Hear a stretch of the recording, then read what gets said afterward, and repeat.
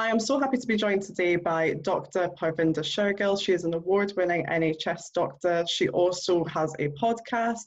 She has also been featured in The Guardian and BBC. So she does a bit of everything, and we're here to talk about social media and the effect on mental health, as she specialises in psychiatry. So thank you so much for being here, Dr. Shergill.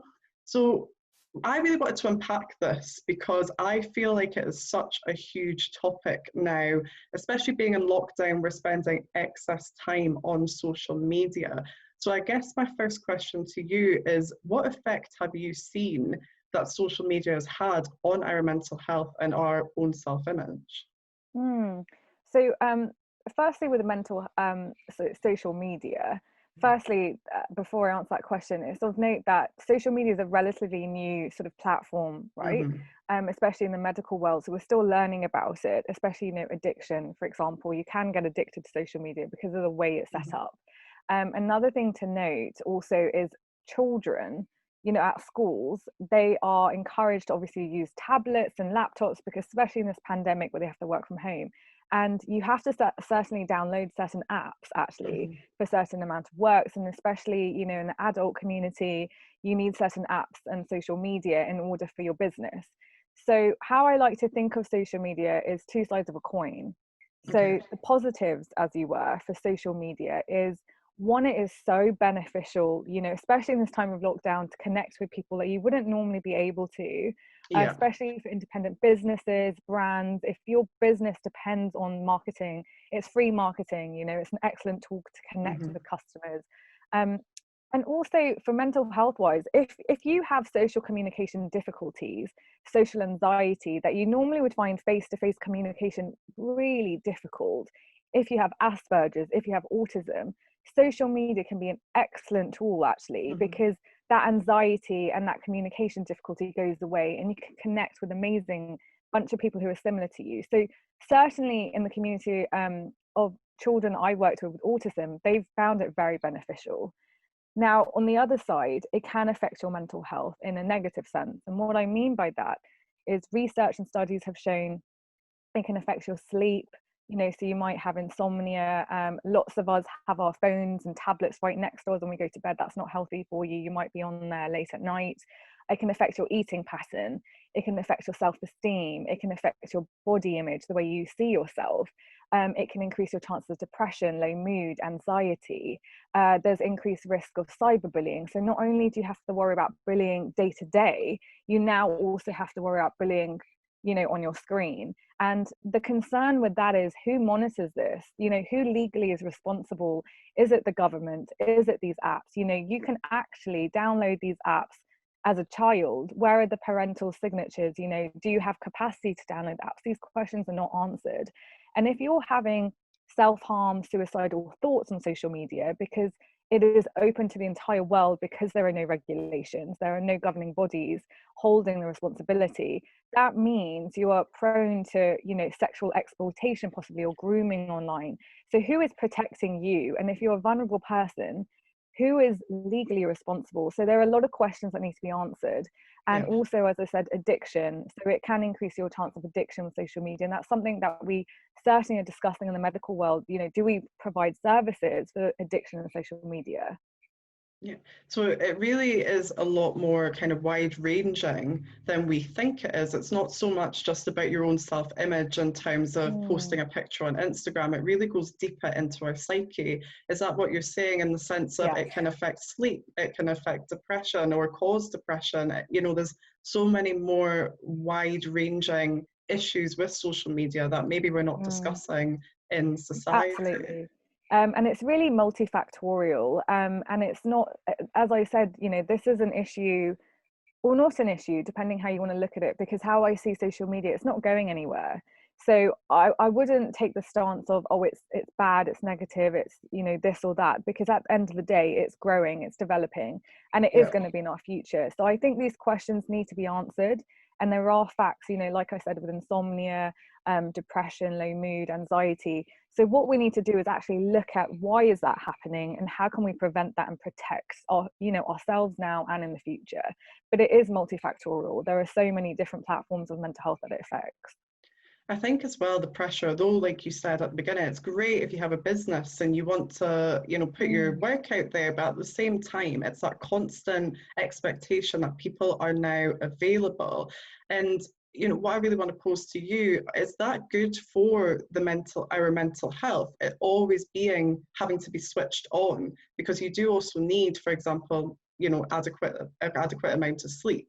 So is it healthy for us to always be switched on or plugged into these social media apps, for example? How I like to think of it is it's really dependent on you as a person. Okay. I think if you're somebody that you can detach, you can detach from social media, for example, then why would it be bad? If you're not getting affected, if you're not getting anxiety, if you're not at high risk, of cyberbullying, I certainly know, some teenagers, they're feeling the pressure to be popular on social media, the amount of likes you have, the comments, and they're actually spending the little money they have to buy friends, to buy likes, and to buy comments. So I think, if you fall in that category where you're having to do certain things that can put you at risk, financial risk, exploitation in any kind of circumstance, and I think if it is really affecting your mental health, then no, it is not healthy. But I really think it is dependent on you and what kind of person you are. And I think in this time of this pandemic, to function, we need laptops, we need phones. Otherwise, how do we run our businesses?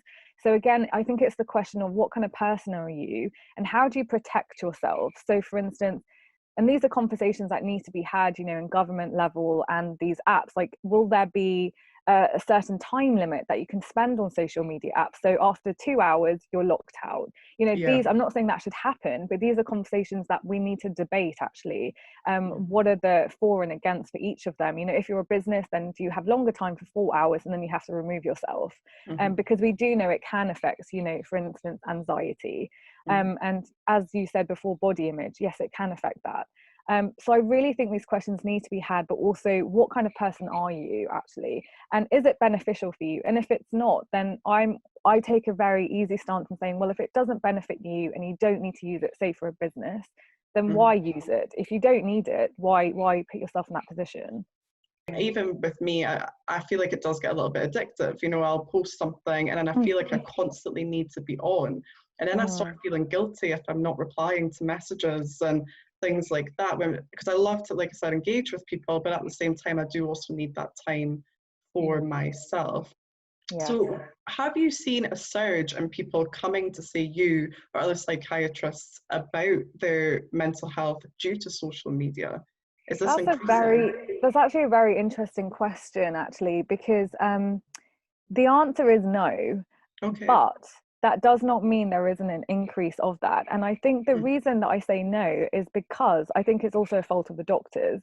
So what I mean by that is, when a patient comes to the clinic or their GP, you actually don't typically ask, how much time do you spend on social media? You don't even ask that question. Yeah. And that's what I mean by social media is a new thing in the medical world. So we don't know how to educate people on it because we're still learning about it. So you're not taught in medical school. When I was in medical school, there was no social media, right? So, I mean, there was Facebook, I think, and then that was it. But people were not at that extent the way it is now with Instagram, with Twitter, cyberbullying, and Instagram is very interesting because when I was growing up, in order to see celebrities, you can't have them at touch of your finger, you can't interact with them. You'd have to get a magazine. And now Instagram is like a real life magazine for everybody. So that's a whole different platform as well, because it gives people impression that day to day, your life is meant to be this exciting thing and you're meant to wake up with a beautiful face, hair flowing, high heels, you're able to own like 10 businesses and still look incredible by running. So it gives people a different standard of daily life, which is completely different to when I was growing up. So I think for us as professionals, we have a duty now, because we are aware of the statistics, that people are getting, mental health concerns. And I find actually it's people on social media that actually tell me about it rather than my clinic. But again, that could be my fault because I don't say to them, okay, you've got increased anxiety. Is it actually because you're on social media? So I don't ask that question. Instead, I ask, alcohol, drugs, family dynamic, work stress, your life, you know, your past medical history. But that should maybe, I think, be one of the questions that we ask them in past medical history. So I think it goes with medical professionals. I think, you know, we need to be taught about this in school. I think education, teachers need to be teaching about this as well early on. I think parents to be, we need to discuss that in antenatal clinics, you know, say, hey, not just, you know, what's to expect in motherhood and fatherhood, but actually these are kind of things that you need to discuss with your child as well, because at 5 years old they'll probably have a phone, you know, or a laptop or something, and who's going to be responsible for downloading. So I think these conversations need to happen in an array of different communities, but certainly it's not something I ask, and I know my colleagues don't, and people don't publicly tell you also, oh, it's to do with social media.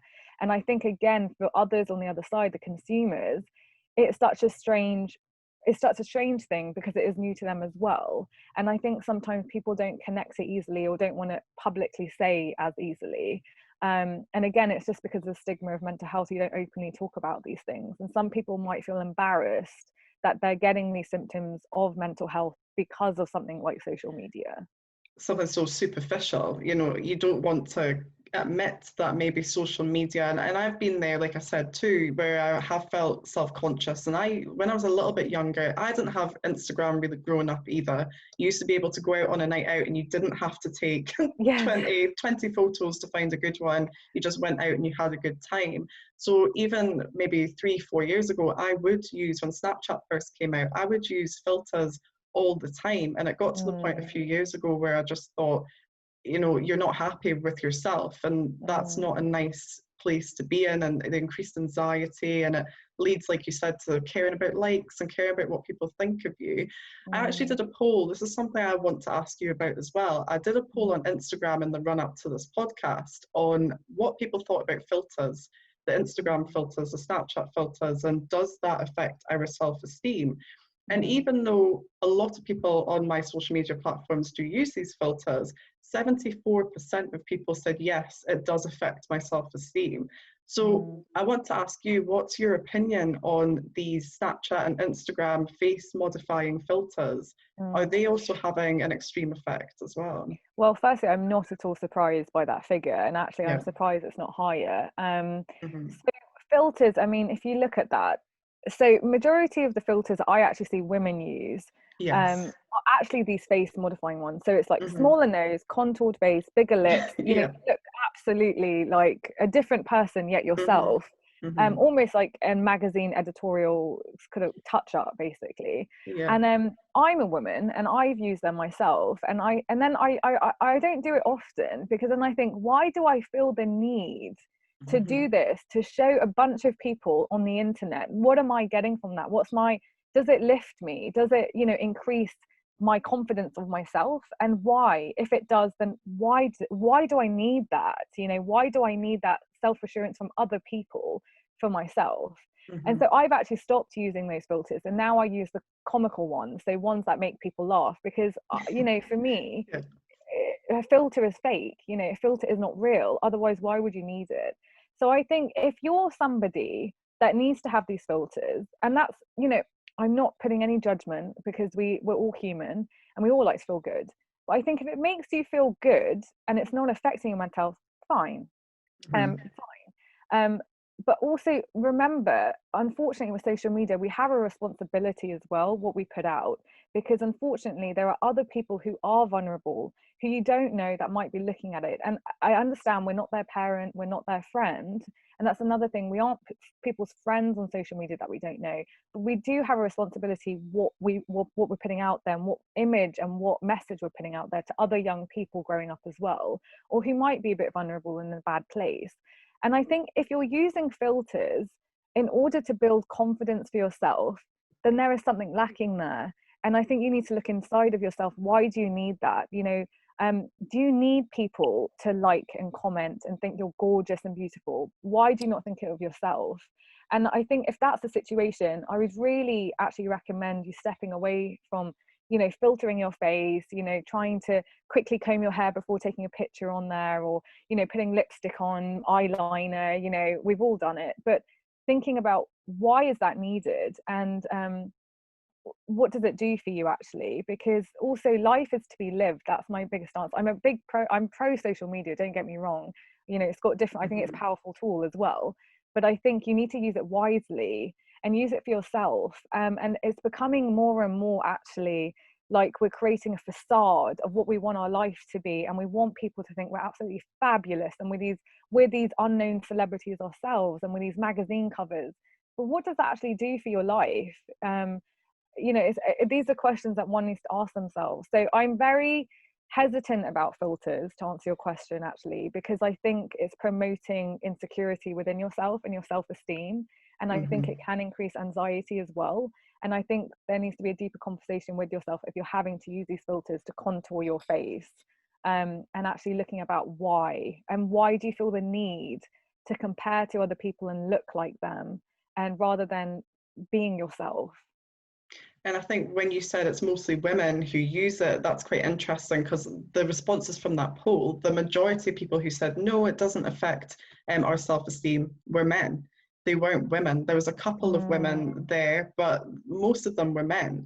And I think that's quite interesting, because the majority of people who said yes were women. And, you know, like you said, we all use a filter maybe now and again, but I'm with you on that completely. I'll use them very sparingly on my feed. I don't use any filters at all. And I think it's just really important, like you said, to look within yourself and think, well, is this making me happy? Does this fulfill me? And why am I doing it? Really interesting, a comment you said earlier. It can actually feel like work sometimes with all these social Yes. media apps, and actually you can Yeah. spend hours of your day, and then you look at your actual present life and you think, what have I actually done? You Yeah. know, and because it is addictive and it allures you into another page to another page to another platform. And so I think my best advice with that, just because I know it can feel like a job sometimes, and to provide content, you know, when you go to a restaurant, you have to be like, oh, I have gone to a restaurant, so I need to tell everybody I've gone to a restaurant. So my biggest advice with that, because I've done this in the past as well, is actually detox yourself. So just keep a few apps that you desperately need that actually help you. And when I say desperately need, I mean if you're you know, your job depends on it, or like you want to promote your work and what you're doing, connect with other people. But otherwise, if you don't need it, just get rid of it. You know, it's not a job. It's meant to be there to add to your life. So I'm just interested, when you said that, I think earlier we talked about you've been discussing it in Parliament. Can you tell me anything about what is being discussed at the moment? Yeah, so the things that we were discussing are actually kind of what we have discussed in the summary. So, you know, what are the effects on mental health? What are the, you know, positives and the negative, which we've discussed, and then really the thing about the Parliament conversations, really it was gearing towards, you know, what do we do with social media, and the sense of whose responsibility is it, because these questions are being asked, you know, by the general public. So is it the government's issue to get involved with social media, such as, do you have to be, I don't know, 18 in order to download an app? Do you have to sign some consent form or something? You know, whose responsibility is it if someone who is feeling suicidal, because I've had people message me on Instagram saying, you know, I'm feeling suicidal, and they're in, say, another country. You know, what do I do with that ethically? What do I do with that person who's suffering? You know, is there a Samaritan's platform within each app? Is there, you know, does the actual app get involved in these sorts of circumstances? You know, with cyberbullying, there's been cases of, and we were discussing this in Parliament, you know, if someone is, you know, cyberbullying to someone to such an extent of possible suicide, or they're showing self-harming or something very concerning, you know, such as sexual exploitation or something like that, whose responsibility is it? You know, if there's porn out there, whose responsibility is it? Because there are children and vulnerable young people on there. You know, is it the apps, and whose responsibility is it also outside, such as I said, you know, teachers, is the doctor's responsibility as well. We need to be training key workers coming into the profession about social media and the future. We need to do more research on this. So there was a lot of questions that needs to be answered, really. And these are the kind of discussions we were having about it, because it isn't going anywhere. And I think we need to recognize that. And it is powerful, and it's just going to grow and grow, especially because we're living in a life where we're so dependent on technology.